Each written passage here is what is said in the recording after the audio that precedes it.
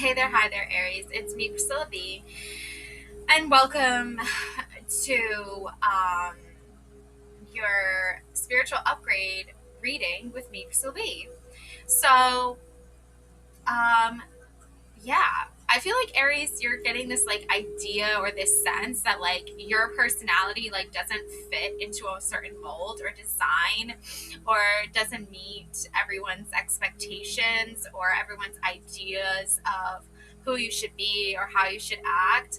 And I just think you should not care about that so much, because there is a system and it is designed and orchestrated to help people, and there's also a system orchestrated and designed to not help people.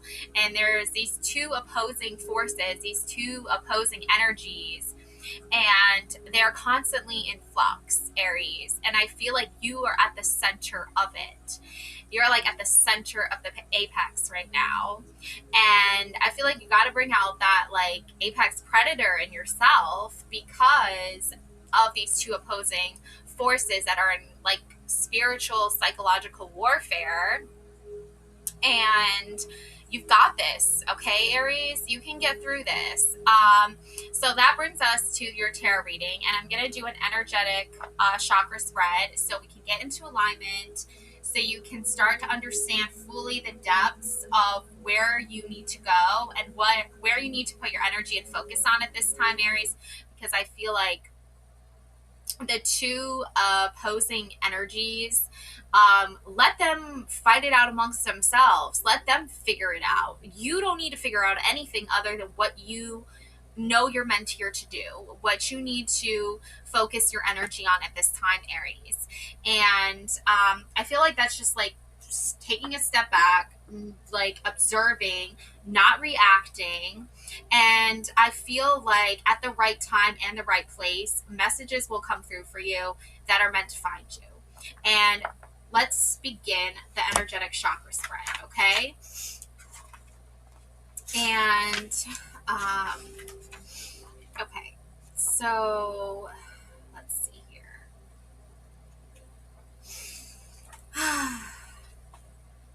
This spread should be done as a meditation and visualization along with a card reading. Shuffle and place 7 cards before you face down. Proceed to interpret each card. As you turn each card, imagine that chakra opening and spinning in your body while simultaneously focusing on the card's message. So number 1, root base of spine, is your security.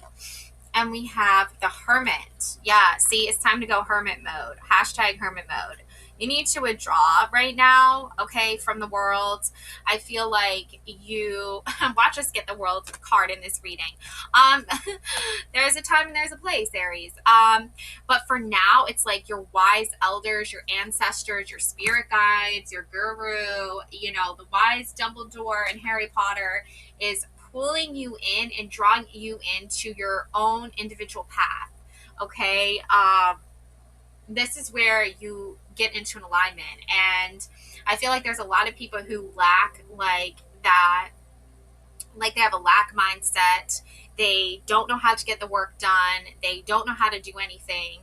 And they just create more chaos and more problems for you, Aries. And I feel like what needs to happen right now is you just have to focus on your tasks and where you need to go. Okay, so let's take a look here at the Hermit energy. And I also have this book, Tarot on Meditations on Tarot. Okay, and a philosopher wrote this book because he studied the major arcana and he thought it'd be interesting to, put his thoughts into this book.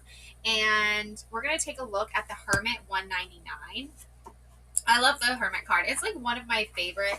It's so like underrated, but it seriously is like one of my favorite cards in the deck. And I feel like it's a major turning point. And I don't feel like that's emphasized enough. I feel like sometimes we just need to walk through the darkness toward the light. And the Hermit is there guiding you through the darkness, and he's carrying that light for you. If sometimes it's a heavy light, sometimes it's a lot to carry, that light of hope, and sometimes it's hard to believe that it exists, and truly it's orchestrating and designing the pathway. Some people like to use blueprint. I like that term. Um, you know, so to help you navigate where you are meant to go. Okay, Aries. So the Hermit. Dear unknown friend, the Hermit, I am pleased to have arrived in the series of these letter meditations as this venerable and mysterious figure of a solitary intermittent dressed in a red robe under a blue mantle, holding in his right hand a lantern, alternately yellow and red, and leaning on a staff. For it is the venerable and mysterious Hermit who is master of the most intimate and most cherished dreams of my youth. As moreover, he is the master of dreams for all youth in every country who are enamored by the call to seek the narrow gate and the hard way to the divine name for me, a country, or a time, for which the youth who are truly young, living for the ideal, has not had its imagination haunted by the figure of a wise and good father, a spiritual father, a hermit, who has passed through the narrow gate and who walks the hard way, someone whom one could trust without reserve, and whom one could venerate and love without limit. Which young Russian man, for example, would not have undertaken a journey, no matter how long and of what duration, in order to meet a starzit, a wise and good father, a spiritual father, a hermit? Which young Jewish man from Poland, Lithuania, Russia, Ukraine, or Romania would not have done as much to meet a Hasidic tzaddik, a wise and good father, a spiritual father, a hermit? Which young man in India would refuse to make every possible effort to find and meet a chela or a guru, a wise and good father, a spiritual father, a hermit? And was it otherwise with the youth around Origen, Clement of Alexandria, St. Benedict, St. Dominic, St. Francis of Assisi, St. Ignatius of Loyola? Was it otherwise also with the pagan youth of Athens around Socrates and Plato? It was the same in ancient Persia around Zarathustra, Astens, and other representatives of the spiritual dynasty of the Mages that was found by the great Zarathustra. It was also so in Israel with the schools of the prophets and with the Nazarones and Essenes. It was the same in ancient Egypt, where the figure of the founder of the dynasty of wise and good fathers, that of Hermes Trismegistus, became not only for Egypt but also for the entire Greco-Roman world. The prototype of the wise and good father, the hermit. Alphonsus Levi certainly sensed the universal historical meaning of the hermit. This is why he stated the admirable formula, the initiate. It is he who possesses the lamp of Trismegistus, the mantle of Apollonius, and the staff of the patriarchs. Alphonsus Levi, Dogme et Ritual de la Haute Magie, translated AEY Transcendental Magic, is Doctrine and Ritual, London, 1968. Okay, page 92. So it's referencing some other text here. I'm going to read you this. The hermit therefore represents not only a wise and good father who is a reflection of the Father in heaven, but also the method and essence of Hermeticism. For Hermeticism is founded on the accordance of three methods of knowledge: that a priori knowledge of intelligence, the lamp; the harmony of all by analogy, the mantle; and authentic immediate experience, the staff. Hermeticism is thus a threefold synthesis of three antinomies. Oh, interesting, because I did bring out my autonomy cards today, earlier. Number one, the synthesis of antinomy. I can't even say that word. Oh my God. Idealism, realism. The synthesis of antinomy, realism, autonomy. Duh. Okay. Okay, I don't know how to speak at all. Okay, realism and nominalism. The synthesis of autonomy, faith, empirical science. In so far as it is synthesis, a personal one, of course, in the inner form of the consciousness of each, in which the three autonomies above supply each time a third term. Its number is 9, and it's the 9th arcana of the tarot, which teaches us about the three syntheses of the three antinomies. I don't know why I keep saying. Okay, the autonomy, idealism, realism.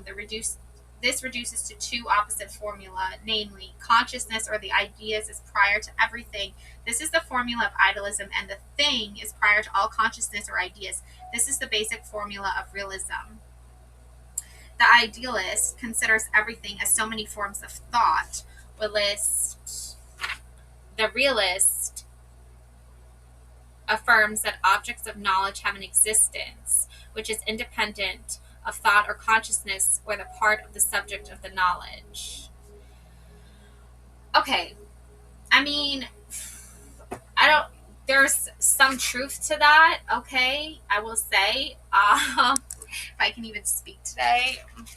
Okay. Yeah, so interesting. Let me see. I'm going to draw an autonomy card for you. Art. Yeah.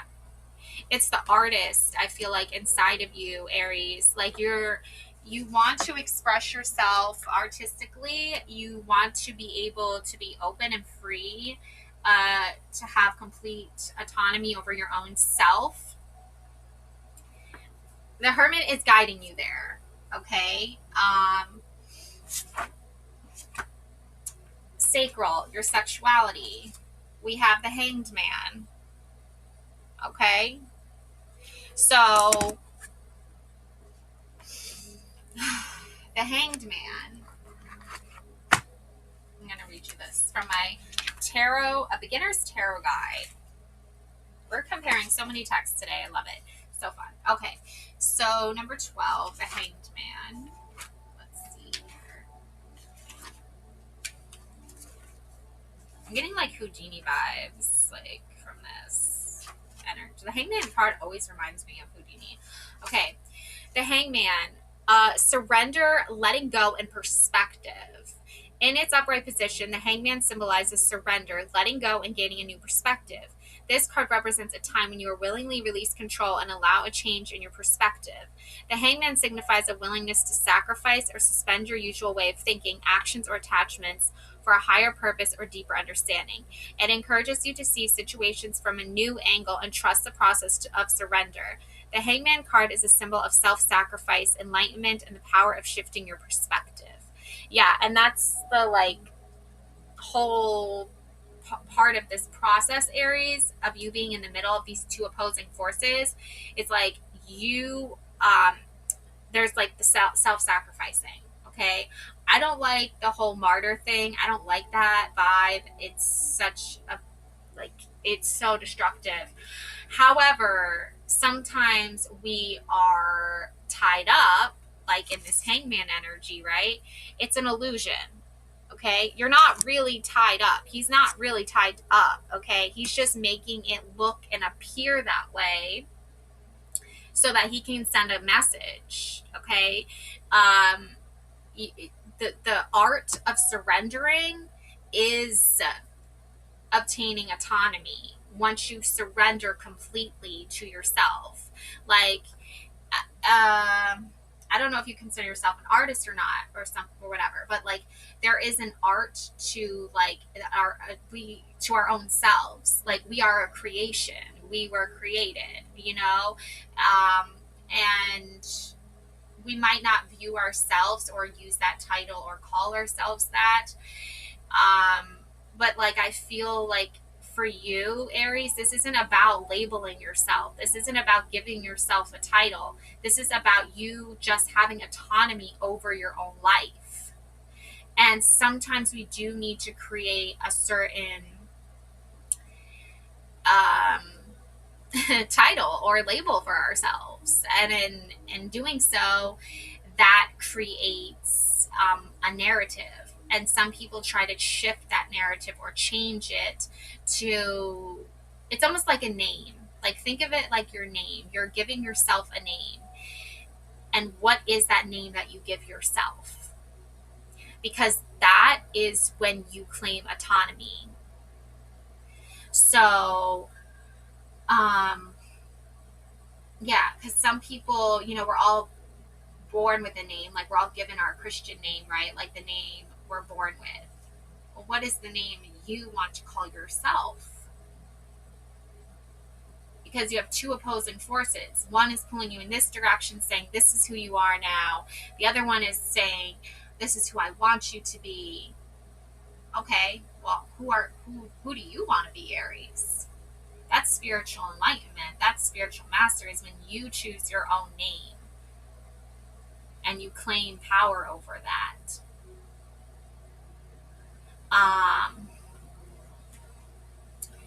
So then the narrative shifts back to who you are. Okay, not what other people want you to be or who people expect you to be or what you think you should be. It's just who you know you are. So, that being said, we're going to move into solar plexus, your power. And we have justice. Okay? And you deserve justice. 1111, make a wish. Time to make some wishes. Wish fulfillment. You do need justice here, Aries. The the scales are a little bit out of balance right now. I can definitely feel that for sure. It's lovely, loving it. Uh, Aries, I know this sucks, but you are going to get justice, okay? Because I can feel and sense that you're going through something here that's very painful for you. Yeah, fairness, balance, and truth. Okay, this is what we're here to unlock here. The Justice card symbolizes fairness, balance, and the pursuit of truth. This card represents a time when fairness and justice prevail and truth is revealed. The Justice card signifies the need for making fair and impartial decisions based on reason and integrity. It encourages you to seek balance in your life, act justly, and make choices that align with your moral values. The Justice card is a symbol of karmic justice, honesty, and the importance of upholding truth and equity. Okay, that's the thing here is like this opposing force, because I feel like there are two. This one opposing force in particular is just super negative, super destructive, and it wants control. Okay, Aries, it's not going to get control over you because you're in control of your own life. You're choosing your own life. You're choosing how you want to live your own life. That it's just like part of it. These are just like facts of life, you know. And this power that you have is to bring justice, is to bring balance here, is to create harmony here. Okay, that's your power. No one can take that power away from you. I mean, yeah, I hear tarot readers say all the time, oh, you're giving your power away, or you're giving people power over you by putting energy somewhere where it's not reciprocated or it's not responded to in the time that you wanted to. That's, I think that there's a time and there's a place for like the control factor, okay?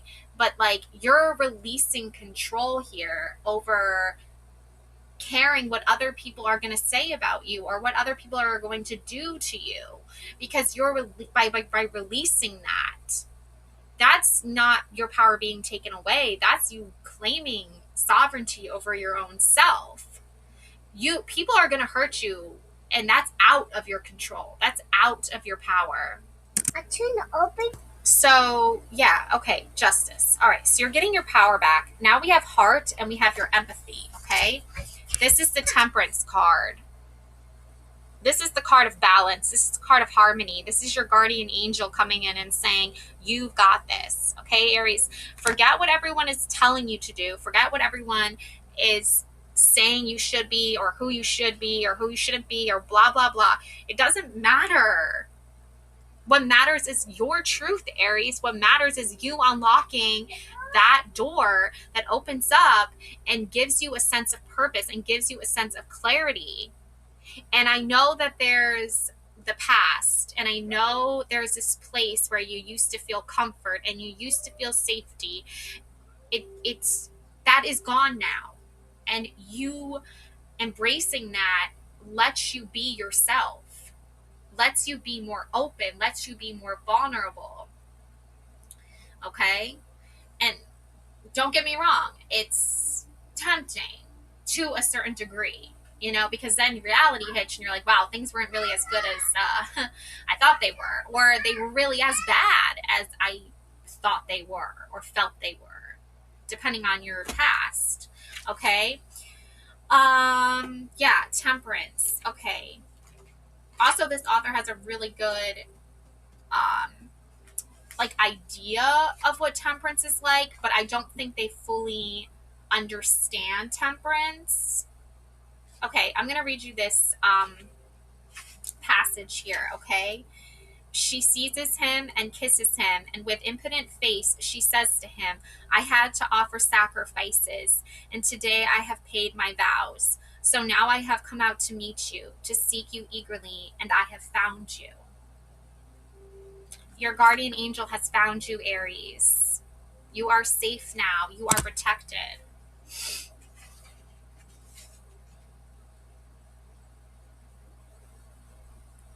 I, wisdom, dwell in prudence, and I possess knowledge and discretion. I love those who love me, and those who seek me find me. Set me as a seal upon your heart, as a ring upon your arm. For love is strong as death. It flashes are flashes of fire, a flame of the eternal.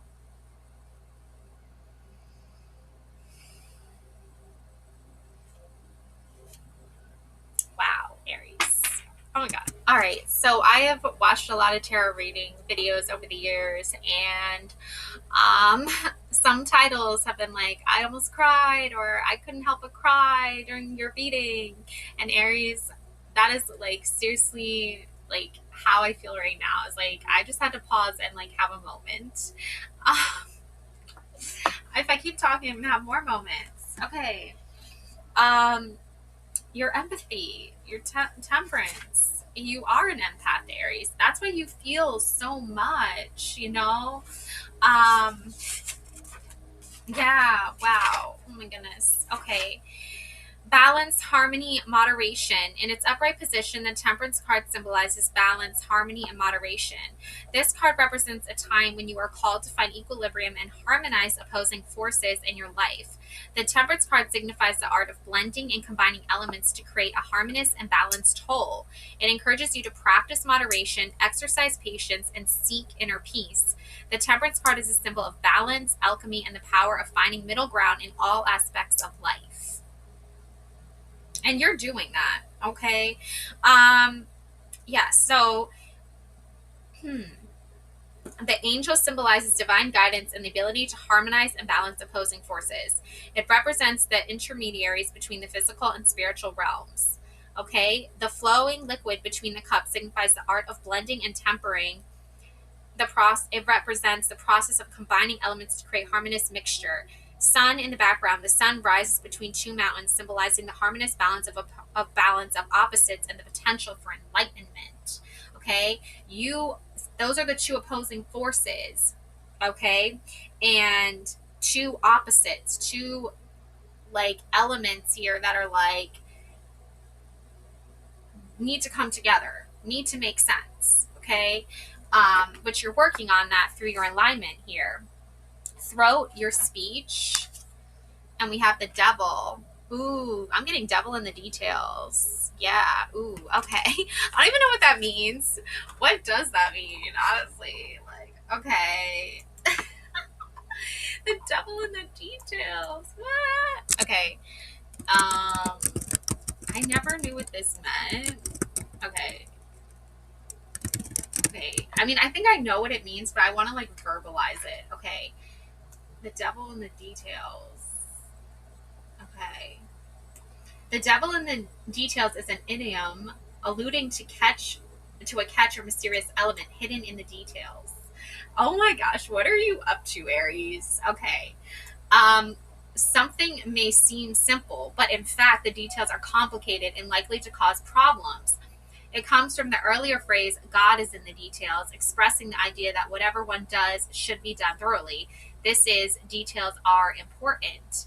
The idiom, God is in the details, has been attributed to a number of people, most notably the German-born architect Ludwig Miles van der Rohe. The New York Times, in Miles' 1961 obituary. However, it is generally accepted not to have originated with him. A German version, Der Liebgott im Detail, is widely attributed to the German art historian Abby Warburg. According to Christopher Johnson, Der Liebgott im Detail was the subtitle of a seminar Warburg taught at the University of Hamburg in the winter of 1925 to 26. A French version of the saying, Le bon Dieu est dans les détails. Literally, the good God is in the detail. It's generally attributed to Gustave Flaubert. The expression, the devil is in the details, is found in the 1963 history of post-war European integration. It is later attested in 1965. In 1969, it is referred to as an existing proverb. Lists the saying's author as anonymous.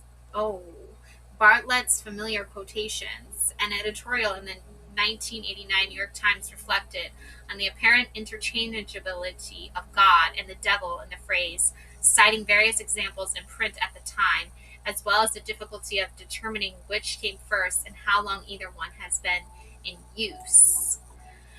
Ooh, and then there's like this artwork from 1908. Salem is famous for a contentious belief that the devil is depicted within the detail of the lead figure's shawl.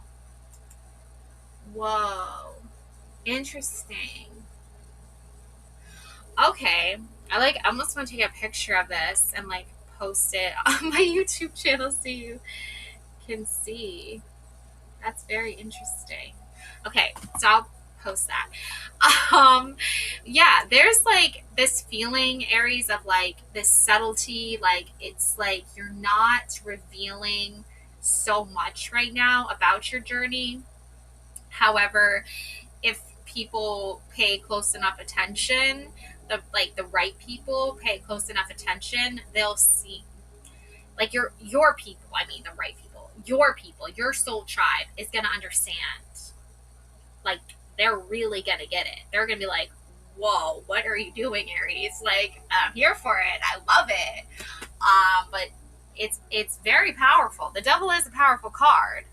Okay, you're speaking with like this, like you're like, look at this devil. I mean, look at these chains. Look at these like zombies or ghouls, ghosts from the past. None of this is affecting you. You are like, whatever your past like ghosts are, it's like, I'm getting like, energy vampires. You are like, you guys can be like, uh, just I feel like you're not playing games with these people anymore, Aries. You're like, I'm releasing myself from you. I'm my own powerhouse now. Okay. It comes right after temptation. So again, alignment, the devil, temptation, materialism, and bondage. It is upright position. The devil card symbolizes temptation, materialism, and bondage. This card represents a time when you may feel ensnared by desires, attachments, or unhealthy dependencies. The devil card signifies the influence of materialism and the lure of physical pleasures. It encourages you to examine your attachments and question the things that may be keeping you in bondage. The devil card is a symbol of self-awareness, liberation, and the need to break free from negative influences. And those negative influences are the exact type of influences that were trying to control your narrative. They were trying to label you or title you with, like, I'm getting like, like identity, big time here. Whatever you identify, how you identify, whether this is in your career, whether this is in your name. This is like, even sexuality was brought up here. So whatever you want to call yourself, however you want to identify yourself, that is who you are. No one else can change that. No one can erase that. No one else can get out a book and a pen or whatever, a piece of paper, type it up and say, oh, this is who you are now. No, throw that out. That is out the door. That is not even remotely true about you, Aries. How you define yourself, what you write down in your story, in the book of your life, that is who you are.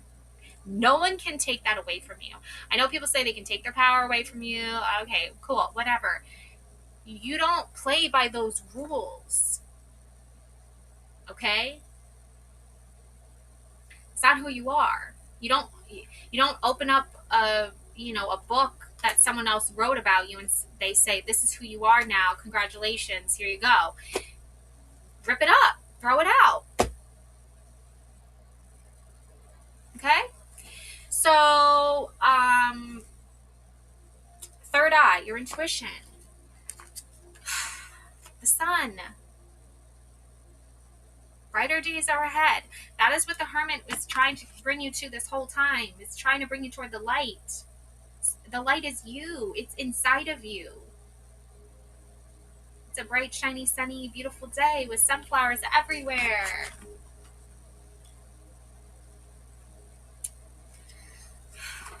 Okay. The Sun. Joy, success, illumination. The Sun card symbolizes joy, success, and illumination. This card represents a time when you were basking in the radiant energy of happiness and abundance. The Sun signifies a period of clarity and enlightenment where all is revealed and the obstacles are overcome. It encourages you to embrace the positive aspects of life, be open to growth, and enjoy the blessings that come your way. The Sun card is a symbol of positivity, vitality, and the potential for your achieving your goals. Okay, in this image here, and there's like a little child on the horse. You are this child, Aries, this inner child. This child resides within all of us. We only need to see it and trust that we can take care of ourselves and we can be exactly who we were always meant to be. It's like you've been like reborn, okay? So the red banner in the child's hand signifies the energy and vitality of success. It represents a celebration of life's achievements. The wall in the background signifies an obstacle or limitation that can overcome with perseverance and determination.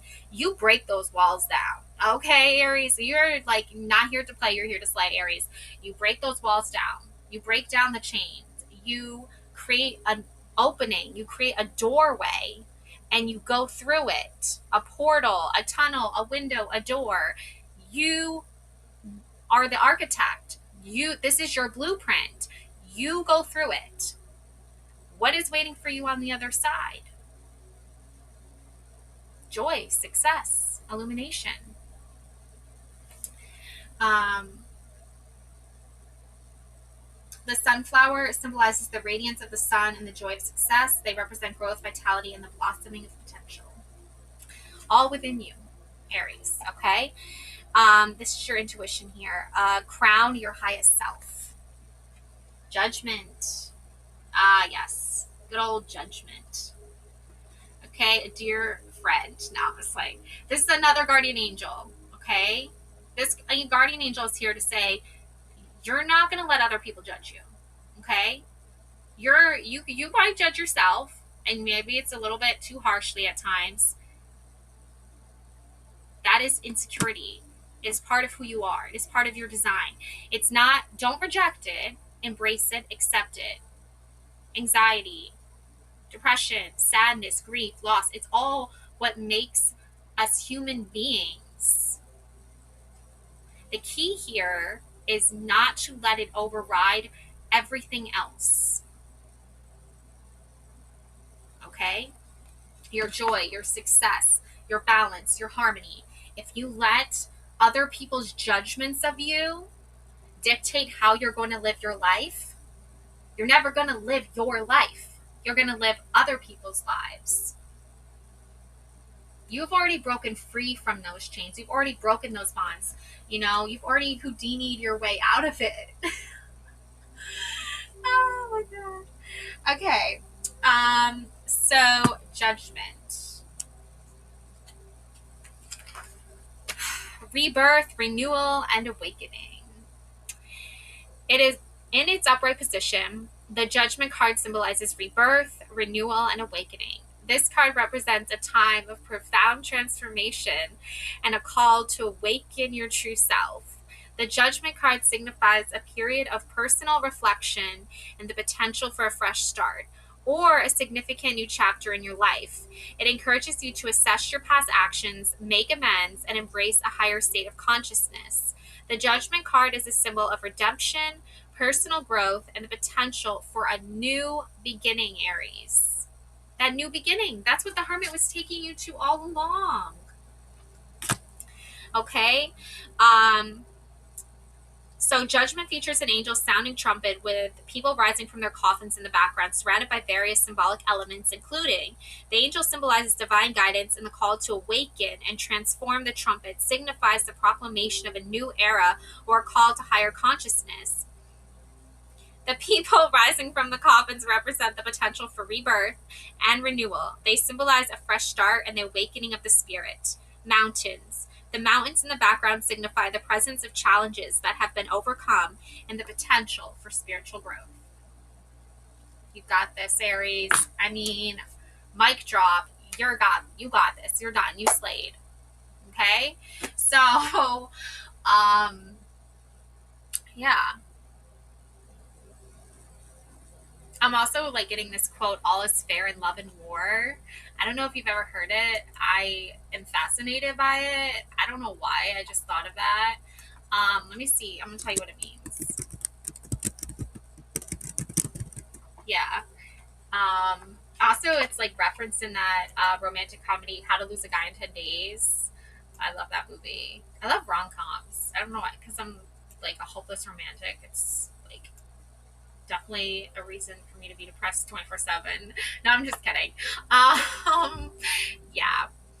The phrase all is fair in love and war means that during situations of love and conflict, people may break the usual rules or behave in ways that would otherwise be considered unethical or unfair. It suggests that in these intense situations, normal standards of behavior can be set aside. Yeah.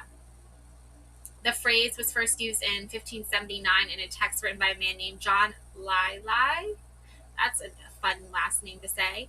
Although it was worded slightly different, yet had the same meaning, the exact wording of all is fair in love and war can first be found in the novel Frank Farley, which was written in the late 1800s. Okay, so some people think it's like a proverb. Yeah. Interesting. So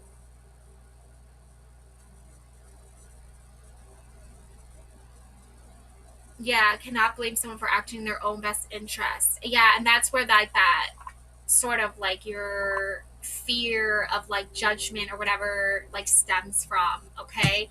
Aries, but here's the thing though. Is it unethical for you to follow your own spiritual path? Is it unethical for you to follow your own heart? Is it unethical for you to follow your own like soul connection and soul ties to people and places and things that actually feed you positive energy and positive light in your life? No, it's not. However, you have to understand that there are going to be people who are playing games and they're going to be unethical in destructive ways and in toxic ways. And you have to know the difference. And you do know the difference, Aries. And you know that already. So that's why you are now a master of your own life. Because you're not playing by these toxic, narcissistic, abusive. You're not playing with those players anymore. And you're not playing a game at all, actually. You're choosing to surrender to life and to love. That's not a game. It's a next level. It's like when you are the leader of your own life, you're like, you don't need to play anybody's game. You just stay up there on your throne and slay all day. So Aries, you do you, okay? And don't worry about what the haters are gonna say or what they're gonna think, because you're a beautiful soul and you deserve happiness and you deserve love in your life and you deserve to feel appreciated for who you are and have autonomy over yourself.